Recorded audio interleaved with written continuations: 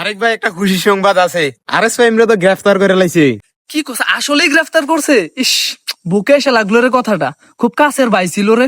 ওই মিয়া ভাবলন কয়দিন আগে না আরএস ফাহিমরে গ্রেফতার করানোর লাগে ভিডিও বানাইলেন, প্রতিবাদ করলেন। না মানে কিছু অন্ধ ভাই ব্রাদারের কথা মনে পড়লো আর কি। তাদের কাছে তো আবার খুনিরা আইডল। আরে তারেক ভাই, আপনি কত অভিনয় জানেন। যাক, তাও আলহামদুলিল্লাহ যে শেষ পর্যন্ত খুনি আরএস ফাহিম গ্রেফতার হয়েছে। ভাই আমি জানি আপনারা অনেকে আছেন আরএস ফাহিম ভাইয়ের অনেক ভক্ত কাছের। আমি নিজেও এক সময় আরএস ফাহিম ভাইয়ের খুব কাছের একজন ভক্ত ছিলাম।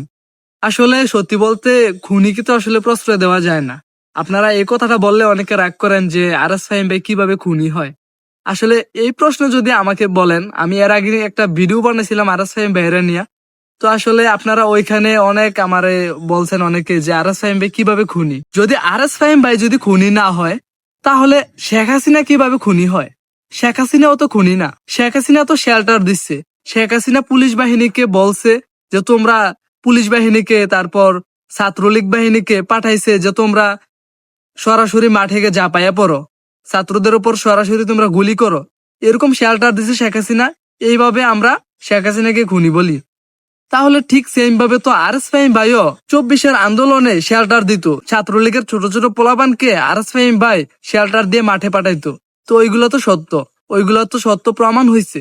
তাহলে আরএস ফাহিম ভাইয়া কি খুনি না? এই দেশে তো ভাইয়া খুনির বিচার হওয়ার দরকার। খুনির বিচার না হলে তো এই দেশে আমাদের হাদিবের মতন এই দেশে জন্ম নিবে না। এই যে দেখেন আজকে পর্যন্ত হাদিবের বিচারহীনতার 107তম দিন। ওইরকম যদি আমরা ছেড়ে দেই সবাইকে, তাহলে কি এই খুনিদের এই দেশে বিচার হবে? এদেশে কি খুনিদের বিচার হওয়া প্রয়োজন না ভাইয়া?